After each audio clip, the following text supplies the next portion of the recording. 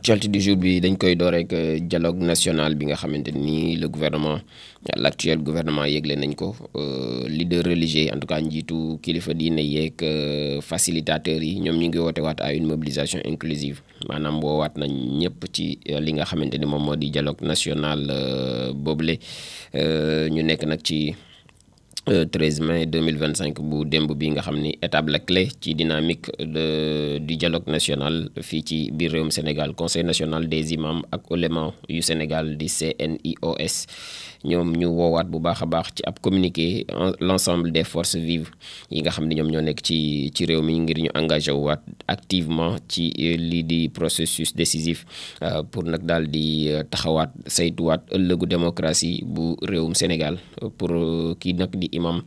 Khalifa Aboubacar Babou moom mooy président bu comité boobule bu conseil boobule donc moom mi di imam Khalifa Aboubacar Babou muy wax ne nag dialogue bi occasion la bu unique maanaam benn la rek ci at mi boo xam ne bu mu rëcc kenn ngir ñu gën a daal di dëgëralaat suñu dal ci biir réew mi waaye suñu booloo ak dëkkandoo gi nga xamante ni ñu ngi koy dëkkandoo te lépp rafet boobu ak léegi ñu war koo gën a mën a nag daal di wëyal ci participation boo xamante ni en tout cas bu sincère lay daal di doon mën naa daal di dépasser clivage partisan yi maanaam fii laa far fii laa bokk su ma demee du ma fa jëlee lu ma neex waaye tam ñu centré ko ci intérêt supérieur de la nation maanaam lu ñëpp bokk ci même esprit boobee kii di facilitateur bu dialogue bi di docteur Cheikh Gueye moom it daal di dajeek xalif général bu Medina Baye di Cheikh Mahi Ibrahima Niass donc moom it daal di koy présenté li nga xamante ni moom moo di terme de référence yi muy TDR provisoire yi nga xamante ni moom moo ñeel dialogue national boobee. Dialogue bi convoqué nañ ko donc par le président de la République Bassirou Diomaye Diakhar Faye bi nga xamante ni gis-gisam moom mooy ñu daal di gën a daal di dëgëralaat waaye réformer jooyanti li nga xamante ni moom moo di système politique bi en profondeur donc transformation bu Sénat ak CENI bokk nañ ci waaye révision bu code électoral bi daal di taxawaat aussi ci li nga xamante ni moom moo di statut de l'opposition entre autres points yoo xamante ni bokk na ci terme de référence provisoire yu dialogue national boobee mu ngi saluer moom xalif Medina Baye bi di Cheikh Mouhamed Mahi Niass Cheikh Mahi Ibrahima Niass di saluer initiative bi nga xamante ni njiitu réew mi daal na koy jël mais di recommander aussi ngir ñu gën a daal di yaatal concertation yi muy waxtaan bi nga xamante ni moom la ñu nekk di def nii à toutes les régions du pays. Donc loolu dina mën a tax ñu daal di assurer implication équitable ba noppi am ab représentativité boo xamante ni dina gën a mën a yaatu ci l'ensemble des citoyens sénégalais. Fële ca université bu Bambey yëg ngeen ni nag yëngu na lool jamono ji crise totale sax lañ fa mën a daal di wax cours yi daal nañ koy suspendre ba noppi amical ba ñu daal di koy amical ya sax du doon benn amical ñu daal di leen di dissoudre maanaam mabal nañ lépp ginnaaw ay trouble yoo xamante ni dakkul benn yoon di jàmmaarloog way takk der yi nga xam ne ay bés yu nekk ñu ngi ci nekkoon ñoom étudiants yi l'université donc Alioune Diop bu Bambey daal di confronté à une grave crise académique depuis le 18 avril bi ñu génn 2025 ba léegi daal ay yëngu-yëngu jugu fa donc ñu daje ñoom en urgence niki démb muy conseil académique bi daal di dénoncer benn boycott bu prolongé des cours donc waaye tam atteinte aux libertés académiques ak insécurité bi nga xamante ni ma ngay gën di am doole ci campus bi ñetti UFR muy Ecomige SATIC ak SDD ñoom particulièrement la mbir yi gën a daal di lal par ces donc perturbations malgré aussi efforts yi nga xamante ni administration bi def na ko pour daal di normaliser année universitaire bi ngir nag ñu daal di rétablir l'ordre maanaam indiwaat ak dal ci université ba conseil bi daal dinay jël ay mesures yu 10 moom mooy daal di ajandi temporairement li nga xamante ni moom moo di cours yu UFR yi nga xamante ni moom la daal di concerné jusqu'au 19 mai fii ak fukki fan ak juróom-ñeent ci weeru mai la ñu daal di ajandi cours yi waaye tam màbbal immédiatement li nga xam ne moom moo di amicale yu étudiants yi nga xam jàpp nañu ñoom ñooy responsable yu trouble yooyu la waaye tam maintenir lii di calendrier académique bi nga xam ni depuis début d'année moom lañ fixé woon mu nekk ay décisions yoo xam ni validé nañ ko par le recteur professeur Ibrahima Faye bi nga xamante ni aussi ñu ngi viser daal di sauvegarder les acquis pédagogiques ba noppi di réaffirmer encore une fois l'autorité de l'institution face à une situation jugée intenable. En tout cas yëngu na lool université Alioune Diop bu Bambey ñaanal leen xëy na ñu delluwaat ci dal ba mën a yeggalewaat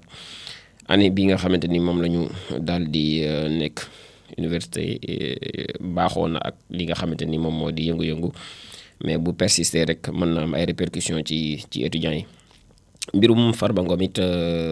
bokk na ci actualité tey bi ak ay avocats yi nga xam ni ñoom jamono ji li ñu yuuxu moom mooy scandale judiciaire bi nga xam ni moom moo dal ci seen donc leader ay àndandoom ak ay avocats am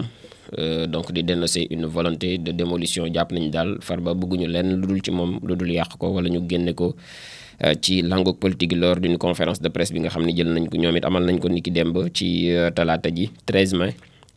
avocat yu Farba Ngom yi donc dénoncé nañ condition de détention bi nga xamante ni moom la nekkee moom Farba Ngom ci Ndungu Sine donc incarcéré depuis 3 mois jamono ji donc def na 3 weer ci kaso gi. maître Doudou Ndoye moom ancien ministre de la justice daal dinay fësal naqar wala sax njàqare gi nga xam ne am na ko ci justice arbitraire bi nga xamante ni moom selon lui justice arbitraire la bi Farba Ngom di donc dund ngi acharné wu en tout cas ci li mu wax ci Farba Ngom en raison de sa richesse ne daal dara waralu ko lu dul koom gi nga xam ne am na ko sans preuve ni motif valable. maître Boubacar Cissé itam daal di jël kàddu ne nag lii scandale judiciaire la ak violation aussi manifeste des droits humains. s'alarme aussi ñi nga xamante ni moom moo di l'arrestation de proches du député de maire ñu ci bari ñi nga xamante ni jege nañ maire bu Agnam boobee ñoom itam teg nañ leen ay yoxo jàpp ni dañoo laale aussi ci alal ju ñu moomul y compris donc des membres de sa famille non cités dans les enquêtes officielles. maître Abdou Diali Kane mi nga xamante ni aussi pointe na du doigt les abus de pouvoir bu parquet bi ba noppi di évoquer un usage excessif de ses prérogatives pour daal di maintenir ki nga xamante ni moom moo di Mouhamadou Ngom muy Farba Ngom fële ca en détention donc malgré les possibilités de liberté provisoire. daal nañu aussi dénoncer ay saisies yoo xamante ni saisie de compte bancaire la yu ñu réalisé avant même ñu koy daal di inculper donc moom mi di Farba Ngom en violation du droit aussi ba léegi la ñu jàpp ni boobaak léegi daal procédure bi mi ngi gën di dem ñuy gën di jalgati yoon ngir avocat yooyu la nga xam ne ñoom ñooy layool kii di Farba Ngom. il s'agit d'un processus de démolition maanaam li daal processus la ngir ay yoon la yuñ teg rek ngir yàq ki nga xamante ni moom moo di Farba Ngom mu nekk un homme donc de sa communauté qu'il appelle à stopper immédiatement au nom du respect des principes de justice et de droit. muy donc conférence de presse bi nga xamante ni avocat yu Farba Ngom bi def nañ ko. vague d'interpellation yi nga xam ne am na aussi ci Sénégal ku nekk ngi wuy ji dégg naa sax benn comédien bu naan ku xëy gisoo sa papa rek garaawul naa ko bàyyi mu sedd li mu wax noonu Pawlish li mu wax noonu wur koo ndox. donc vague d'interpellation yi nga xamante ni am na ci réewum Sénégal activistes yi chroniqueurs yi religieux yi daanaka ñu ci bari ñu ngi sous mandat de dépôt jamono ji. la semaine judiciaire daal dinay door sous tension fii ci biir réewum Sénégal ci bëree bari ci ay notables notamment woo nañ leen ngir ñu wuy ji ci en tout cas ci juridiction yu compétentes yi nga xamante ni am nañ cëslaay gi ngir woo leen ay militants yu parti Pastef Azoura Fall comme par exemple ak l'influenceur El Hadji Ousseynou Kayré bi nga xamante ni moom it ñu ngi ci jamono ji ci loxoy yoon. placé nañ leen sous mandat de dépôt le mardi 13 mai 2025 pour des propos jugés contraires aux bonnes mœurs. seen procès jàppandi nañ ko jeudi maanaam suba donc selon leur avocat maître Bamba Cissé mi nga xamante ni moom moo leen taxawal. ñoom ñaari ñëpp nag xam nañ seen taxawaay ci wàllum activisme virulent surtout ci wàllum réseaux sociaux yi nga xam ni fa lañ daal di féete mu nekk benn engagement boo xam ni moom moo tax tey jii ñu moo waral tey jii ñu leen di topp ci wàllum yoon. ci beneen mbir aussi à fort retentissement kii di Serigne Abdou Karim Mbacké moom chef religieux la cité ñu lim ko ci mbirum transfert financier bon boo xamante ni tey na xel lool donc impliquant lu tollook 10 milliards de francs CFA moom it daal nañ ko inculpé donc écroué par le juge du pôle financier moom it il a comparu donc démb ci talaata ji dans le cadre de l'enquête visant également Amadou Sall fils donc de l'ancien président Macky Sall mu nekk un mandat d'arrêt international boo xamante ni mënees nañ koo lancé ci kii di Amadou Sall prochainement contre donc ce dernier selon des sources judiciaires yi nga xamante ni ñoom ñoo fësal lu ni mel. Parallèlement chroniqueur bii di Arona Niang moom it accusé nañ ko de diffusion de fausses nouvelles daa wax lu wérul fësal ay xibaar yu wérul moom it daañu ko déféré ni ki tey jii donc il dafa affirmé woon en avril bi ñu génn donc ci chaîne Sénégal 7 ni nag personnel médical sénégalais yi dañoo intentionnellement ñoom ñoo daan wàlle Covid 19 bi ñoom ñoo ko doon wàll askan wi te ñoo ko teyoon. lii la Arona Niang waxoon tax tey jii lañ ko war a daal di déférer ministre de la santé ministère de la santé daal di réagir fermement ci kàddu yooyu ba noppi daal di dénoncer ces propos diffamatoires loolee tax nag ñu mettre ko donc en garde contre la désinformation mu nekk ay différentes mbir yoo xamante ni dafay témoigner un climat judiciaire bu xamante ni jamono ji yëngu na lool par la répression des discours publics maanaam wax lu wérul jamono ji li Ousmane Sonko ne woon tolérance zéro wala def lu jubul lim ni woon tolérance zéro moo nekk di am ni mu nekk ay répression des discours publics jugés déviants ou menaçants pour l'ordre social donc ay mbir la yoo xamante ni xëy na fës tey jile.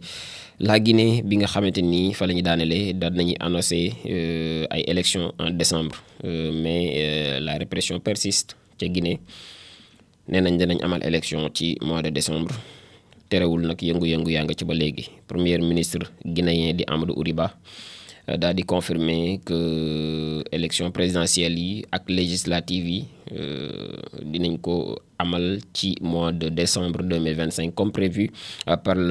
la junte ñi nga xamante ni ñoom ñoo foqar ñi woon pouvoir ba depuis 2021 bien que date exacte bi nga xamante ni jàppandi dañ ko kenn gisu ko. waaye autorités yi assuré nañ que l'enrôlement électoral mi ngi jamono ji en cours fële ca Guinée mu nekk ab référendum constitutionnel bi nga xamante ni également prévoir nañ ko pour le 21 septembre di ab référendum.